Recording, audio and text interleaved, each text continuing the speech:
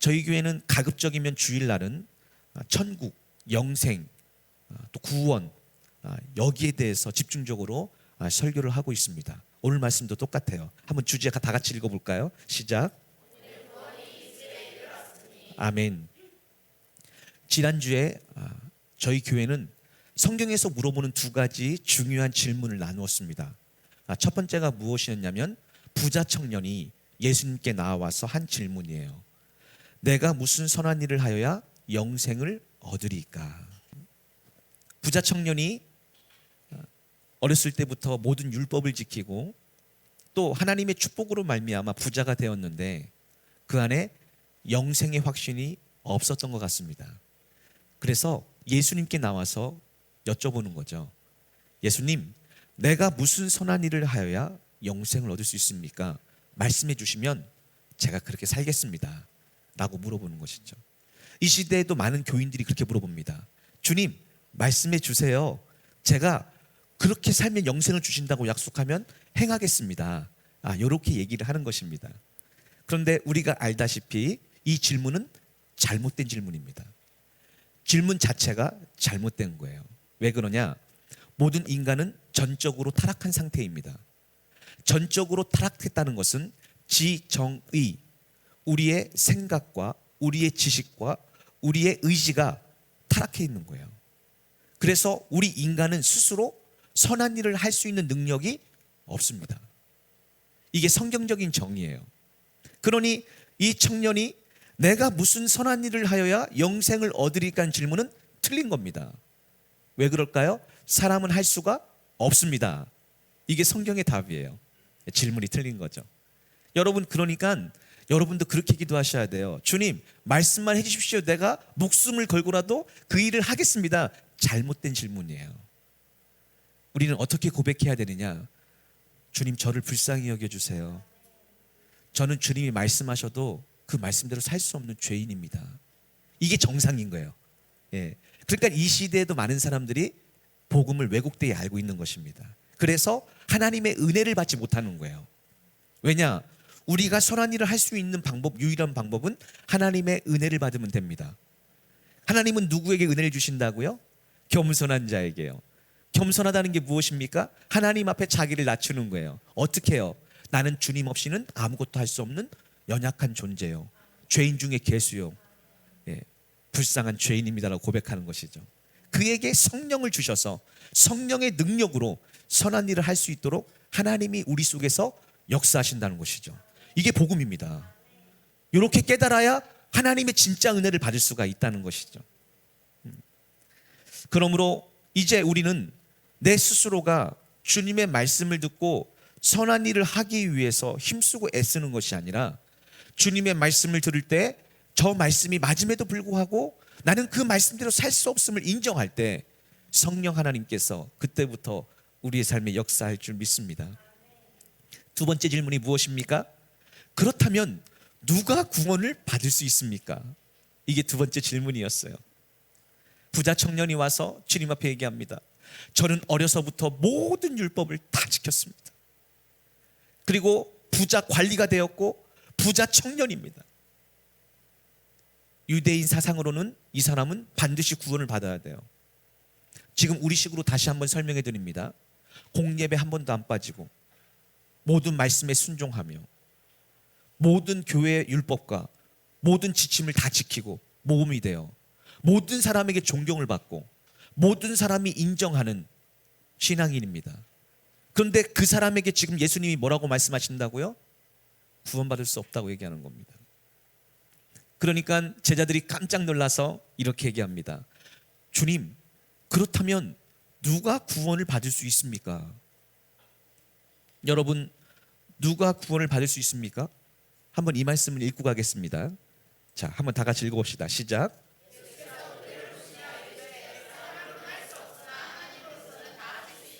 아멘. 교회에서 가장 큰 교만은 무엇이냐?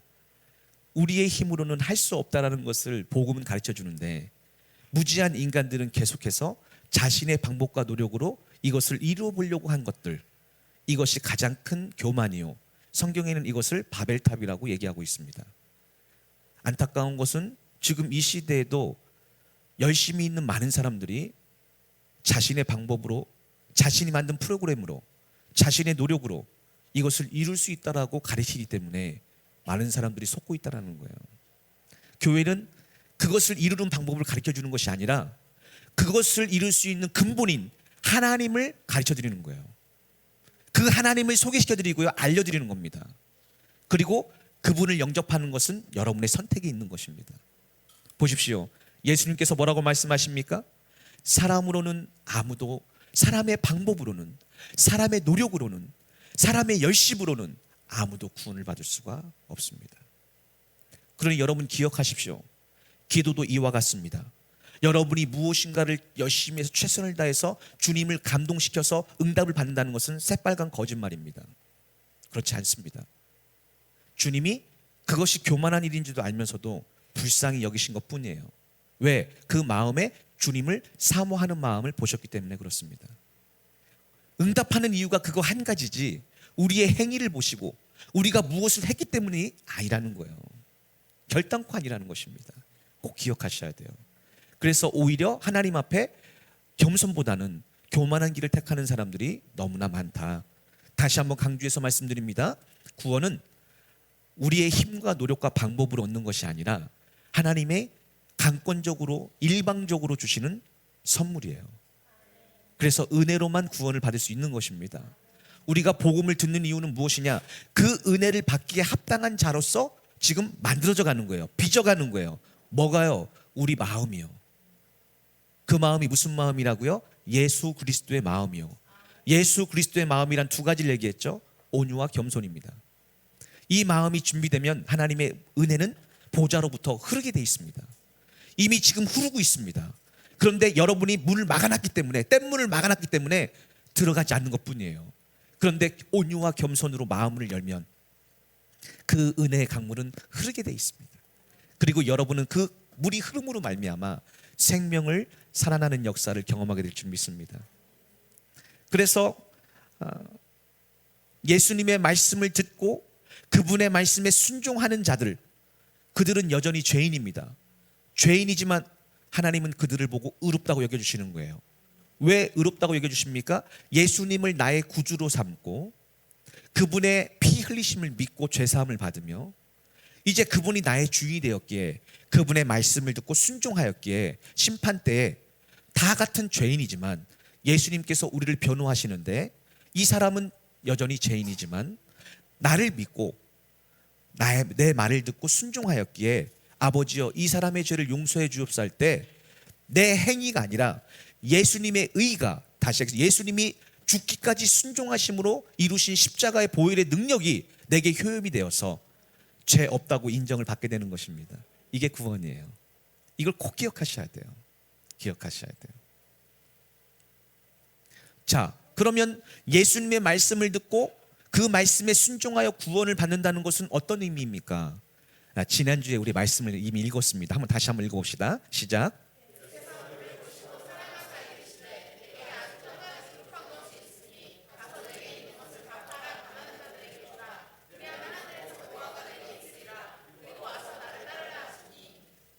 이 청년은 어렸을 때부터 부모님 말씀에 순종하고 율법을 다 지켰습니다. 그런데 사랑하는 여러분, 그것은 사람의 가르침이에요. 사람의 가르침으로 율법을 지킨다고 해서 구원받는 것이 아니라는 사실을 가르쳐주고 있죠. 그러면 누가 구원을 받습니까? 예수님의 말씀을 들은 사람이요. 예수님의 말씀을 들을 때 믿음이 생기는 거죠. 이 부자 청년은 영생을 얻기를 원했습니다. 그는 청년의 시절에 부자가 되었고 관리가 되었습니다. 그런데 여전히 그 마음에 영생이 없다는 것을 알았어요. 영생에 대한 갈급함과 영생에 대한 목마름을 가지고 주님 앞에 나왔습니다. 그리고 주님 앞에 영생을 얻기 위해서 제게 무엇이 부족합니까? 어렸을 때부터 모든 율법은 다 지켰는데 제게 무엇이 부족합니까? 할 때 예수님이 그를 보시고 사랑하셨습니다. 여러분, 예수님이 언제 우리에게 영생을 얻는 비법을 알려주시나요? 그 마음이 사랑으로 교통할 때. 그래서 성경에는 뭐라고 써 있다고 말씀하십니까? 나를 사랑하는 자가 나의 사랑을 입으며 나를 간절히 찾고 찾는 자가 나를 만나게 될 것이다. 이 청년은 주님 앞에 주님을 사모하는 마음으로, 주님을 간절히 찾는 마음으로 나왔습니다. 주님은 이런 자에게 반드시 말씀해 주십니다. 왜 말씀해 주시냐? 불쌍히 여기시고 궁일이 여기시고 자비를 베풀어 주시다. 그 모든 단어를 포함하는 것이 헤세드, 사랑이에요. 하나님의 사랑입니다. 이것을 신약 성서에서는 아가페라고 하죠. 조건 없는 무조건적인 사랑, 신의 성품을 얘기합니다. 자, 예수님은 그를 보시고 사랑하셨어요. 그래서 말씀해 주시는 것입니다. 여러분, 사랑하시기 때문에 말씀해 주시는 거예요. 사랑하지 않으면요, 말씀해 주지 않습니다. 그렇게 하면 돼, 그렇게 하면 돼요 하고 마시지 더 이상 말씀하지 않습니다. 그런데 이 청년을 보고 사랑하셔서 한 가지, 이 청년이 영생을 얻을 수 있는 유일한 방법을 가르쳐 주시는 거예요. 그래서 좁은 길입니다. 그것이 무엇이냐? 내게 있는 것을 다 팔아 가난한 자들에게 주고 나를 따르라 말씀하시는 겁니다. 이것을 정리하자면 나를 따르라예요. 주님을 따르기 위해서 지금 맡고 있는 것이 재물이었습니다.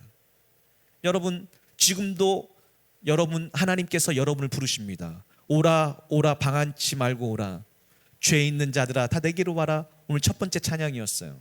오라고 부르십니다. 그런데 많은 사람들이 따라가지 못하는 거죠.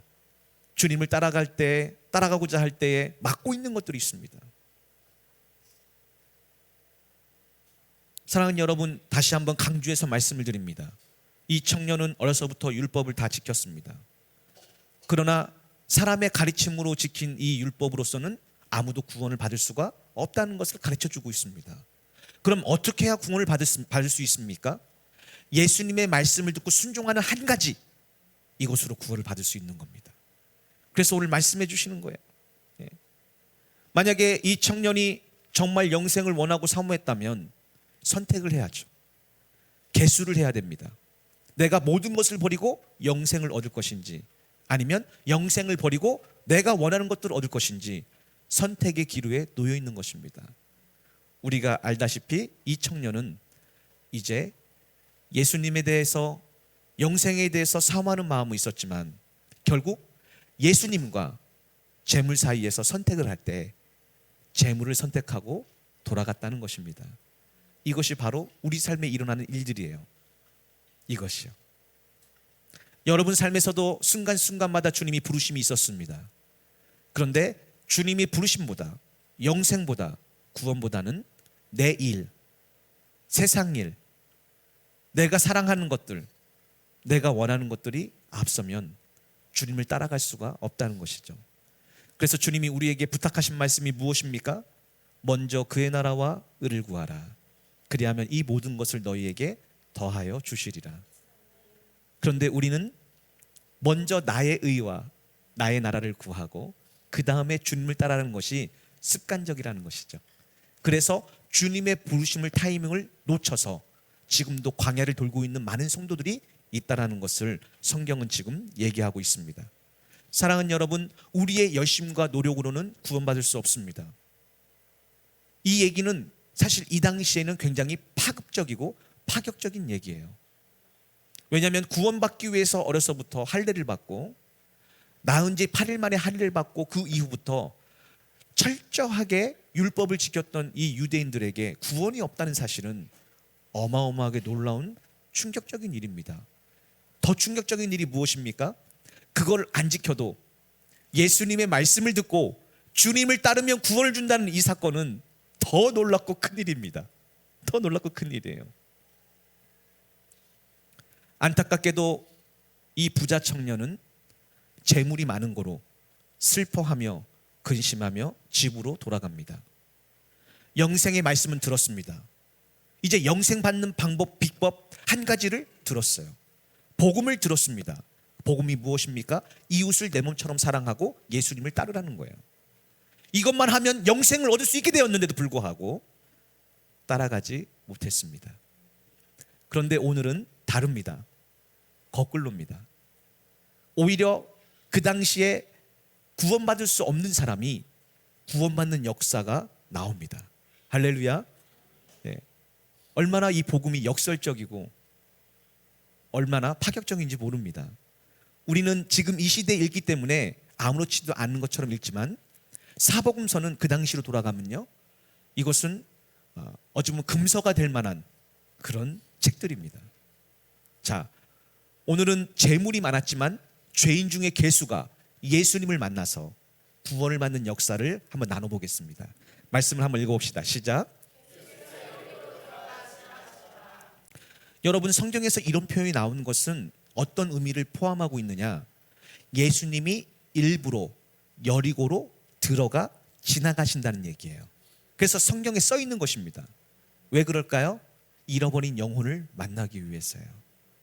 지금 복음을 듣고 이 기쁜 소식을 듣고 주님을 만나기를 원하는 사람에게 주님은 찾아가시는 것입니다. 그 좋은 예가 수가성의 여인이죠. 일부러 그곳으로 지나갑니다. 그곳은 지나가면 불법이에요.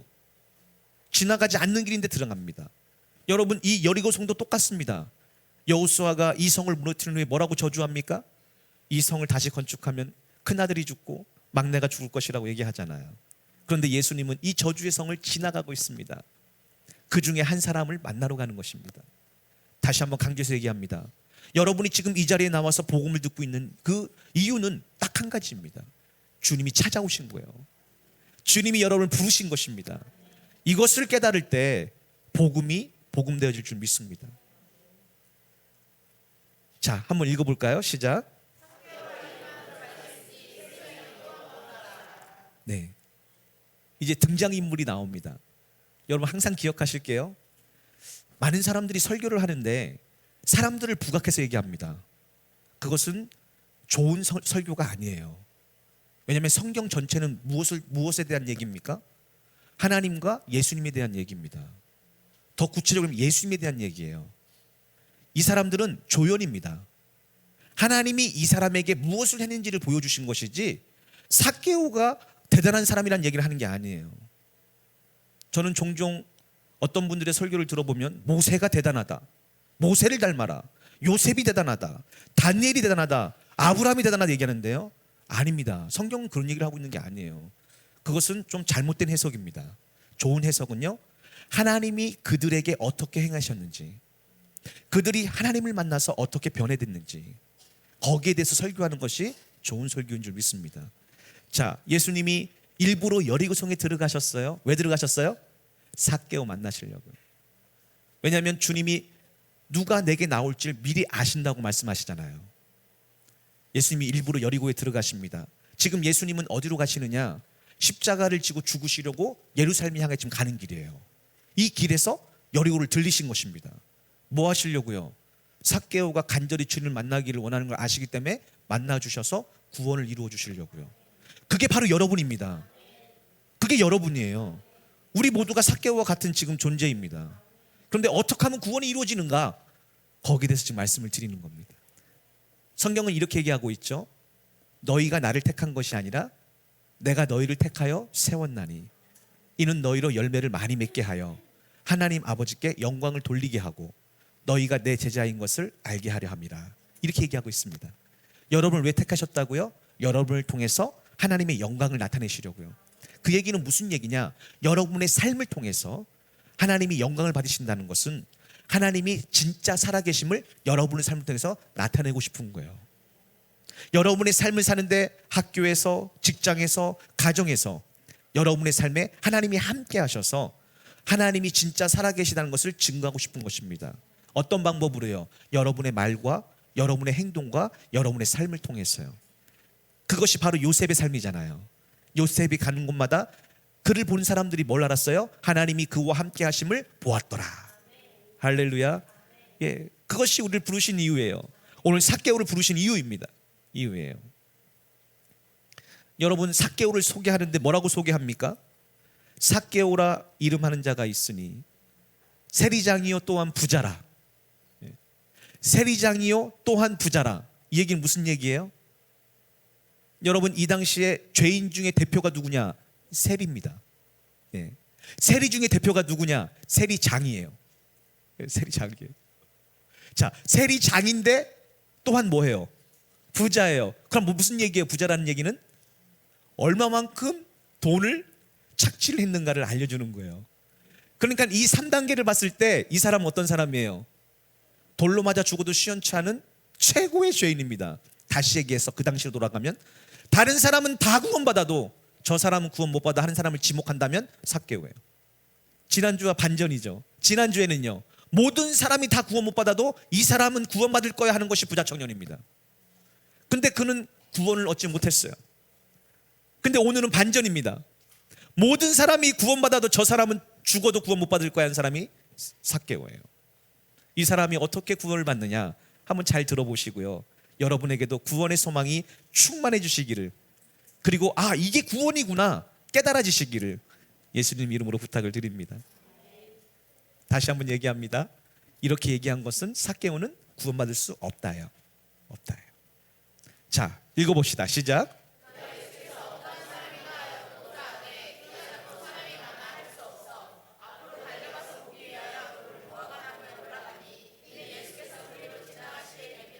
아멘. 죄인 중에도 대표. 그런데 이 삭개오도 드디어 복음을 들었습니다. 예수님의 소식을 들었어요. 그리고 그 복음이 그에게 회개의 물결을 가져다 주었습니다. 그래서 그는 예수님을 만나보고 싶었습니다. 여러분, 구원은 여기서 시작되는 거예요. 복음의 기쁜 소식을 듣고 나도 예수님을 만났으면 좋겠다. 그럼 예수님이 답을 주실 거 아닙니까? 여러분도 사모하셔야 돼요. 복음을 듣는 데서 끝나면 안 됩니다. 복음을 들었다면 나도 그 예수님을 만나고 싶다는 그 길로 나가셔야 돼요. 그런데 이 사람이 키가 어땠다고요? 작았어요. 여러분, 수많은 군중이 예수님을 따라다녔습니다. 키가 작으니까 볼 수도 없고 다가갈 수도 없었어요. 거기에다가 만약에 세리장이 나왔다는 얘기를 들었다면 사람들에게 짓밟혔을지도 모릅니다. 결국 사람에 떠밀려서 이런저런 이유로 예수님을 볼 수가 없었습니다. 포기했을까요? 아니요, 포기하지 않았어요. 여기서 우리의 믿음이 점검이 됩니다. 많은 사람들은 예수님을 만나고 싶어 합니다. 그런데 꼭 예수님을 만나러 가는 그 길에 문제가 생겨요. 여러 가지 일들이 생깁니다. 저는 수많은 얘기들을 보았어요. 저와 함께 자라던 친구들 중에는 나도 오늘부터 금식하며 기도할 거야 하는데요, 가정사가 생깁니다. 몸이 아픕니다. 갑자기 여러 가지 일들이 생깁니다. 다시 얘기해서 성령이 주시는 감동에 순종하고자 할 때 그것을 막아서는 걸림돌이 있다는 거예요. 이게 바로 오늘 이 세리장인 삭개오가 성령의 감동으로 복음을 듣고 예수님을 만나고 싶어 했지만 만날 수 없게 만드는 걸림돌이었어요. 지금의 대부분 사람들은 그 문제를 만났을 때 어떻게 반응합니까? 이번에는 아닌가 보다. 다음에 하자. 이번에는 이 문제부터 해결해 놓고 다음에 하자 라고 뒤로 미룬다는 것입니다. 제가 말씀드렸다시피 유명한 책에는 사탄의 전략에 보면은 그 사탄은 이제 하지 말라고 하지 않고 다음에 하라고 가르쳐 준다고 제가 말씀을 드렸습니다. 그게 사탄의 전략이에요. 대부분의 사람들은 순간적으로 주님을 만나고 싶은 열정이 생기지만 그 주님을 만나기 위해서 순종하는 단계에서 문제를 만났을 때 어떻게 반응하느냐? 문제를 위해서 주님을 만나는 일을 뒤로 미룬다는 겁니다. 그리고 문제를 바라보고 문제에 빠져 있고 문제를 해결하기 위해서 시간을 보낸다는 거예요. 그러나 삭개오처럼 주님을 만난 사람들은 문제를 넘어섭니다. 문제가 그를 막을 수가 없어요. 왜? 그 문제보다 주님을 만나고자 하는 그 열심이 더 크기 때문에 그렇습니다. 여러분, 그것이 바로 우리 마음의 중심의 상태인 거예요. 어떤 것이 내 마음에 더 사랑하느냐, 어떤 것을 더 원하느냐가 바로 여러분의 행동을 낳게 되어 있습니다. 그래서 삭개오는 그 문제를 뚫고 넘어서 자기 딴에는 주님을 만날 수 있는 방법을 고안해서 행한 것이 무엇이냐? 주님이 걸어가실 방향을 앞으로 나아가서 주님을 보기 위해서 돌 무화과 나무로 올라간 것입니다. 주님이 이것을 보시고 찾아오신 거예요. 여러분 삶 가운데 언제 찾아오시느냐? 여러분이 수많은 문제와 수많은 걸림돌 앞에서 흔들리지 아니하고 여전히 주님을 사모하고 주님을 인격적으로 만나고, 나도 더 이상 이렇게 사는 것이 아니라 나도 한번 주님을 인격적으로 만나고 올바른 신앙생활을 해보고 싶다. 나도 주님의 음성을 직접 듣고 싶다. 나도 한번 주님이 내 안에서 말씀하신 걸 듣고 살고 싶다라는 그 결단이 모든 문제를 밟고 일어서게 만드는 것입니다. 그것을 중심을 보시는 하나님이 만나주시는 거예요. 주님이 그 중심을 보고 계신 것입니다. 우리가 얼마만큼 주님을 만나고 싶어 하는지. 자, 드디어 예수님이 그 마음을 보시고 찾아오십니다. 그리고 이렇게 말씀하십니다. 시작.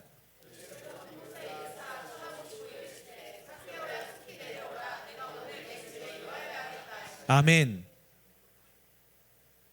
여러분, 예수님은 이미 우리를 아십니다.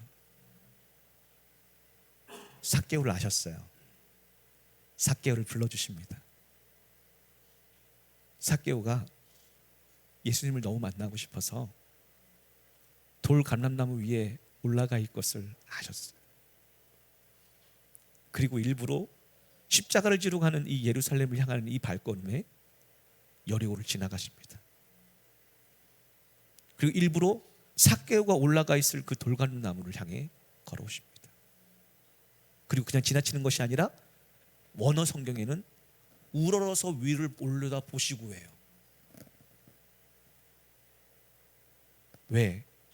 예수님이 그 위에 올라가신 걸 아셨거든요. 그리고 이름을 불러주십니다. 삭개오야, 내려와라. 내가 오늘 네 마음의 집에 들어가야겠다.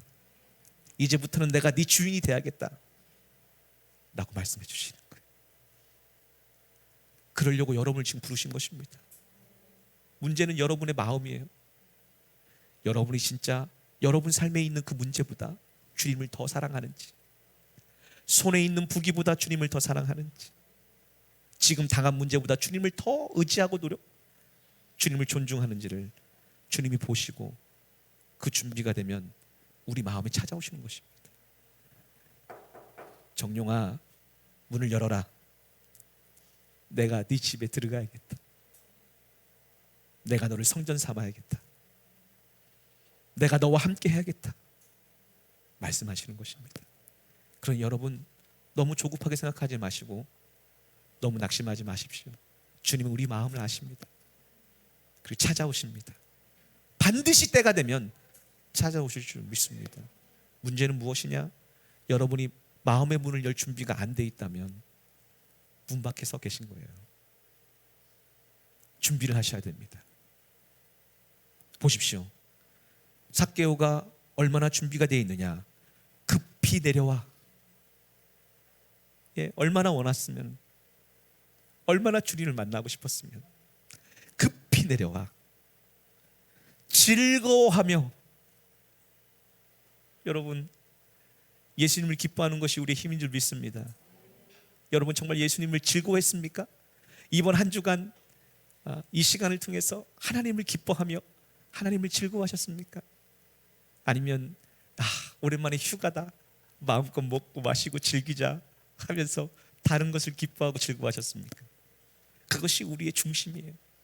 그것이.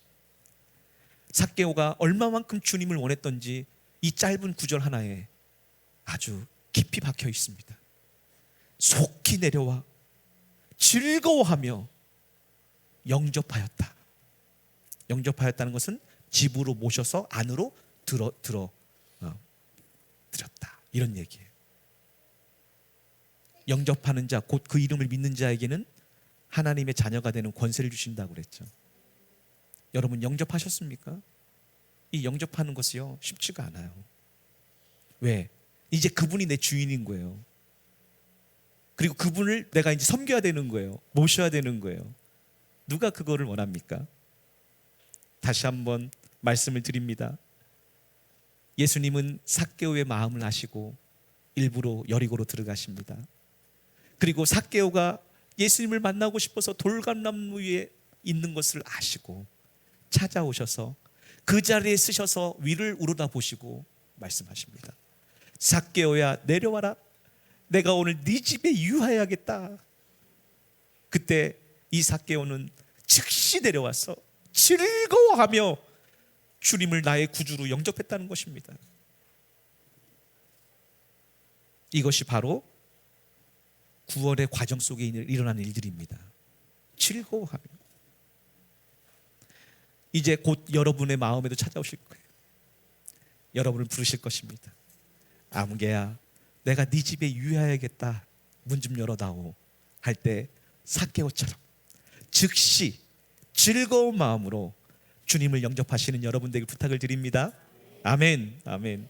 예. 너무 놀랍죠?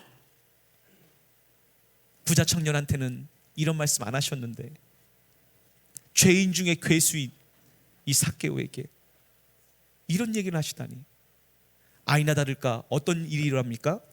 뭇사람이 보고 수군거려 이르되 저가 죄인의 집에 유하로 들어갔도다. 그렇죠. 그렇죠. 그래서 예수님이 뭐라고 말씀하십니까? 나는 죄인을 부르러 왔다. 나는 죄인을 구원하러 왔다.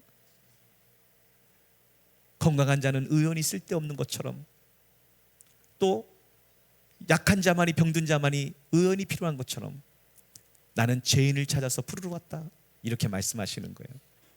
그러니 여러분, 우리가 얼마나 기쁜 소식입니까? 내가 죄가 없으면 필요가 없을 텐데 여러분 다 죄인이지 않습니까? 얼마나 감사합니까? 의인만 찾아오신다고 하면은 우리가 얼마나 노력해야 될까요? 그런데 예수님은 우리가 죄인 되었을 때에 찾아오신다는 거예요. 여러분, 구원은요, 내가 무슨 선한 행위와 내가 무슨 노력으로 변화가 돼서 이루어지는 게 아닙니다. 주님을 만남으로 이루어지는 거예요. 오늘 이 말씀을 잘 기억하셔야 돼요. 예수님과의 만남, 예수님과의 구원은 예수님의 주권에 의해서 이루어집니다.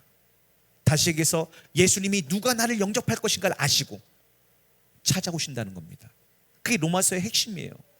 누가 내게 나올 자를 아시고 그를 부르시고 그를 의롭다고 하시고 그를 영화롭게 하시느니라. 이게 약속입니다. 그러니 여러분, 주님이 찾아오신 거예요. 그리고 여러분이 지금 이 시간 예배를 드리는 이유는 그 주님이 지금 마음의 문을 놓고 하고 있는 것입니다. 내가 너희 집에 들어가 유하여야겠다 말씀하고 계신 거예요. 그 말씀에 순종할 때 주님이 우리 마음에 주님으로 들어오실 줄 믿습니다. 이것이 구원의 시작입니다. 이런 일이 일어나면 어떤 일이 일어나는 줄 아십니까? 그때부터 진짜 회개가 일어나요. 회개는요, 예수님으로 말미암아 되는 거지 내 스스로 하는 게 아니에요. 자, 예수님을, 복음을 듣고 예수를 내 마음에 영접했습니다. 그때부터요, 예수님이 나를 변화시키시는 거예요. 내 스스로 변화되는 게 아닙니다. 그래서 영접이 먼저예요. 자, 보세요. 어떤 일이 일어나나? 읽어봅시다. 시작.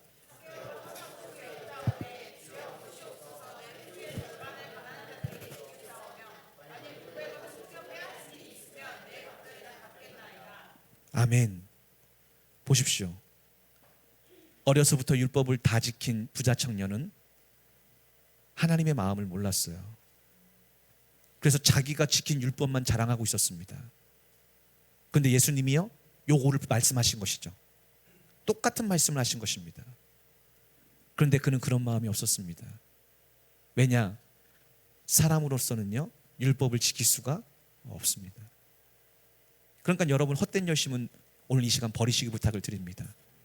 여러분이 노력한다고 여러분의 것을 다 팔아서 다른 사람을 섬길 수 있을 줄 아십니까? 없습니다. 우리 인간은 이기적이기 때문에 그래요. 나 중심적이기 때문에 그렇습니다. 결단코 내 속에서는 선한 것이 나올 수가 없습니다. 언제 나옵니까? 예수님이 내 마음의 집에 들어오셔서 주인 되었을 때, 그때부터 어떤 일이 합니까? 선한 것이 나오는 거예요. 그 선한 것이 바로 첫 번째 회개입니다. 회개하니까 어떤 일이 일어납니까? 내 소유의 절반을, 근데 이것을 어떻게 얘기하느냐? 좀 제가 디테일하게 설교하는 것을 요즘에는 많이 안 해서 서서입니다. 서서. 이 얘기는 무슨 얘기냐면 기본적으로 식탁을 나눈다는 얘기와 같은 얘기입니다. 왜? 유대인들은 어떻게 식탁을 나눠요? 누워서, 앉아서 이렇게 나누죠. 갑자기 씁니다. 섰다는 얘기는 뭐예요? 진지하다는 얘기입니다. 그리고 주님께 얘기하는 거예요. 내 소유의 절반을 가난한 자에게 나눠주겠습니다. 여러분 보십시오. 언제 주님이 이렇게 얘기했습니까? 내 마음에서 주인 되었기 때문이에요. 이것은 예수님께 붙어 있으면 저절로 열매 맺는 것과 똑같습니다.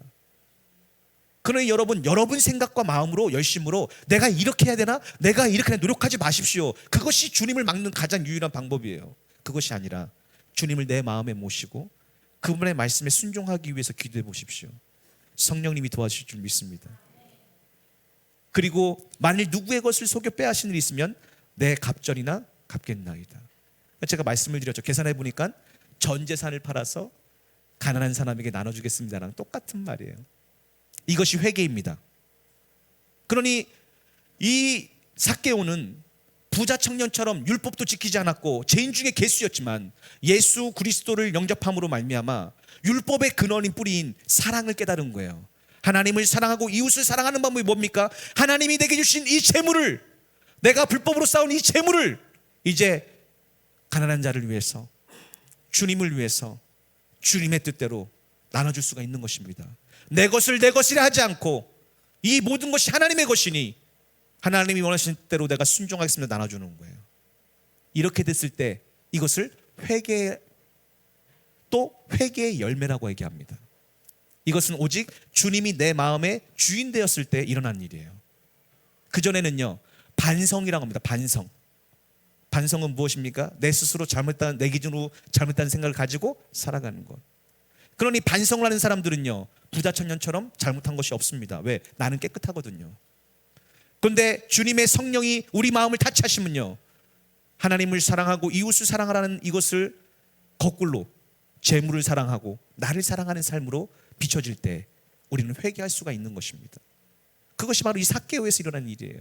자, 예수님이 이 모습을 보시고 뭐라고 하느냐? 읽어봅시다. 시작.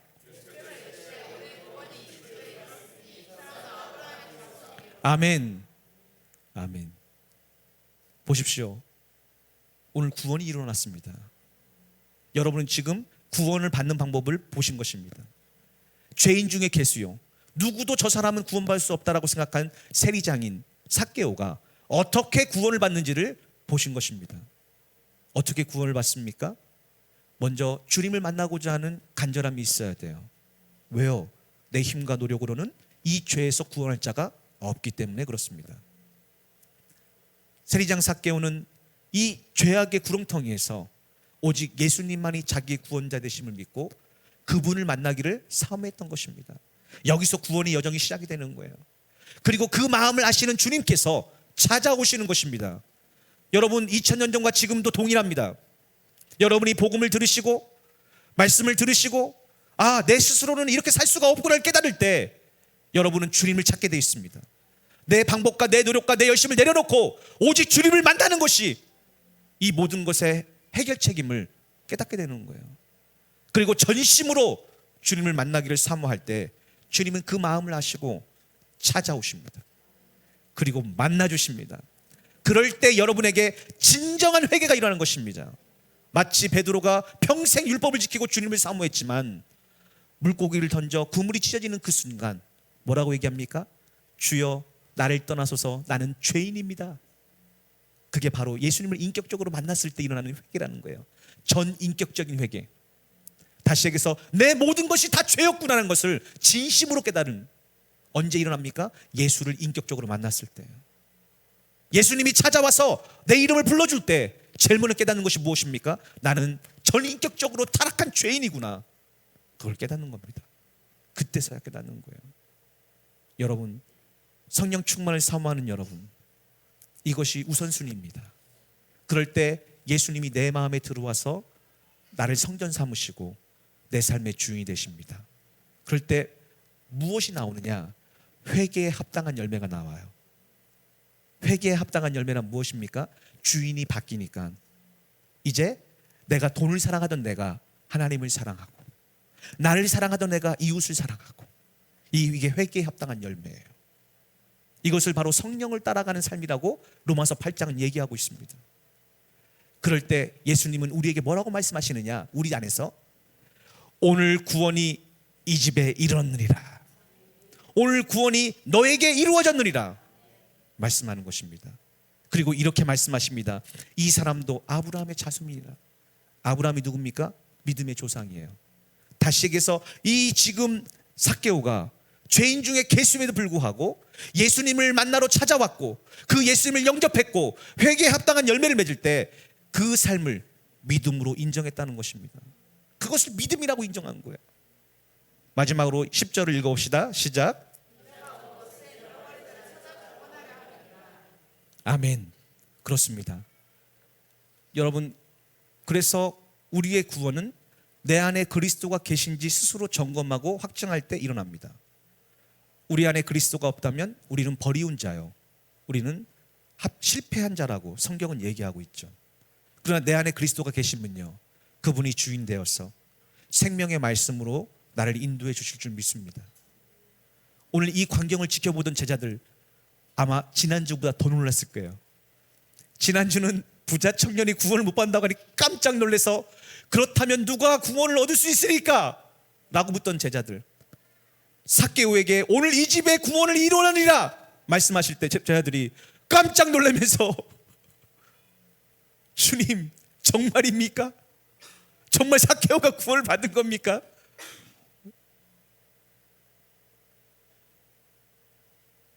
말씀을 정리하겠습니다. 오늘 예수님께서 분명하게 이렇게 말씀하십니다. 오늘 구원이 이 집에 이르렀다. 이 사람도 아브라함의 자손이다. 왜 그렇습니까? 구원은 사람이 인정한다고 해서 받는 것이 아니에요. 예수님이 의롭다고 인정하면 그것이 구원입니다. 예수님은 누구를 의롭다고 인정합니까? 당신의 말씀을 존중하고 그 말씀을 듣고 순종하며 그 말씀을 따라 사는 자, 그들을 예수님이요 의롭다고 인정하면 그 사람은 의로운 것입니다. 그 사람이 선하다고 하면 그게 선한 거예요. 그런데 우리 인간은요, 우리의 기준으로, 우리의 판단으로, 우리의 생각으로 생각합니다. 그래서 천국과 지옥에 가면 깜짝 놀란다는 것이죠. 왜냐하면 내가 생각하기에 이 사람이 천국에 올 줄은 몰랐어요 라고 깜짝 놀란다는 거예요. 또 내가 생각하기엔 이 사람도 지옥에 올 줄 몰랐어요, 깜짝 놀란다는 거예요. 왜 그렇습니까? 하나님은 외모를 보지 아니하시고 우리의 중심을 보시기 때문에 그렇습니다. 믿음은 우리의 외형이 아니에요, 우리의 중심입니다. 그래서 저는 다니는 교회마다 진짜는 따로 있다는 것을 꼭 합니다. 외부적으로 드러나는 사람보다 기도에 힘쓰며 기도를 통하여 교회와 또한 성도들을 위해서 눈물 뿌리며 흘리는 그 기도의 사람들, 성령의 사람들, 그 사람들이 진짜입니다. 사랑하는 여러분, 사람에게 인정받기 전에 하나님 앞에 인정받는, 또한 여러분 안에 계신 성령님께서 오늘 이 집에 구원이 이르렀다는 그 놀라운 음성을 듣는 여러분 되시기를 간절히 부탁을 드립니다. 전적으로 타락한 인간의 노력은 어떠한 방법으로도 어떠한 노력으로도 의롭다고 인정받을 수 없기에 구원받을 수 없습니다. 그렇다면 구원은 누가 받습니까? 바로 예수님이 의롭다고 인정하는 사람, 그 사람이 구원을 받습니다. 예수님은 누구를 의롭다고 얘기하십니까? 자신을 구주로 영접하고 자신의 말을 듣고 순종하는 자에게 그를 의롭다고 말씀하신다고 오늘 고백하고 있습니다. 그렇다면 여러분이 예수님을 믿음으로 영접했다는 증거가 무엇입니까? 그것은 주인이 바뀐 거예요. 주인을 바꾸는 것이 회개입니다. 주인이 바뀐 사람은 이제 나를 부인하고 예수님의 말씀을 듣습니다. 예수님의 말씀을 듣는 사람은 회개에 합당한 열매를 맺게 됩니다. 이것은 마치 예수님께 붙어 있으면 저절로 열매를 맺는 것과 똑같은 말이에요. 그래서 여러분의 구원은 무엇으로 할 수 있느냐? 열매로 할 수 있는 것입니다.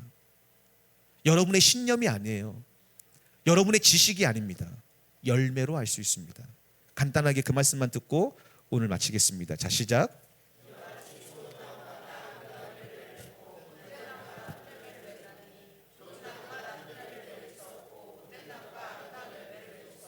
아멘.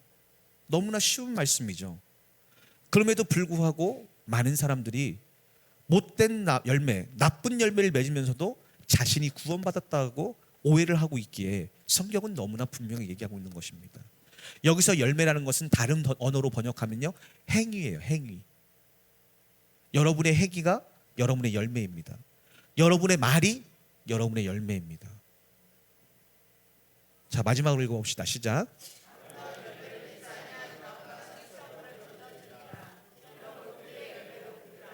아멘. 이 가정의 달에 사랑을 강조하는 수많은 메시지 속에서 여러분은 가정과 직장과 학교와 교회에서 어떤 열매를 맺고 있습니까? 어떤 말을 하고 사십니까? 어떤 행동들을 하고 사십니까? 그 열매를 통해서 스스로 자신의 삶을 점검해 보시길 부탁을 드립니다. 여러분이 아름다운 말과 아름다운 행동을 한다면 여러분은 천국에 들어가게 될 것입니다. 그러나 아름다운 열매를 맺지 않는 나무, 곧 아름다운 열매를 맺지 않는 성도들은 불에 찍혀 던져지게 될 것입니다. 왜냐하면 우리가 거짓말할 수 없는 것이 여러분의 말과 행동, 삶이 곧 열매이기 때문에 그렇습니다. 안 믿는 사람들이 무엇으로 여러분 안에 하나님이 계신 것을 알 수 있나요? 여러분의 말과 행동입니다. 예수님이 우리 안에 계시다면서도 말과 행동이 변하지 않는 사람은 예수님을 거짓말쟁이라고 요한일서는 얘기하고 있는 것이죠. 왜? 변하지 않을 수가 없는 것입니다. 바로 삭개오가 그 증명이에요. 예수님이 우리 마음에 들어오시면 변화되지 않는 것이 기적입니다. 왜? 변화될 수밖에 없기 때문에 그래요. 그분은 전능하신 분이요, 창조주 하나님이요, 죽은 자를 살리시는 하나님이시기 때문에 그렇습니다. 그러므로 스스로 속지 말고 자신의 열매를 점검하고 이 가정의 달에 나는 과연 가정에서, 직장에서, 학교에서, 교회에서 어떤 열매를 맺추고 있는가 점검하고, 만약에 아직도 나쁜 열매들이 있다면 성령으로 힘써 싸워 그것들을 잘라버리고 좋은 열매를 맺을 수 있도록 힘쓰고 애쓰시며 주님의 이름을 부르시는 여러분 되셔서 이제 우리의 말과 행동으로 하나님께 영광을 돌릴 수 있도록 복된 삶을 사시기를, 그리고 주님이 오늘 이 사람에게도 구원이 이르렀다라고 축복의 메시지를 듣는, 음성을 듣는 여러분 되시기를 예수님 이름으로 간절히 축복드립니다.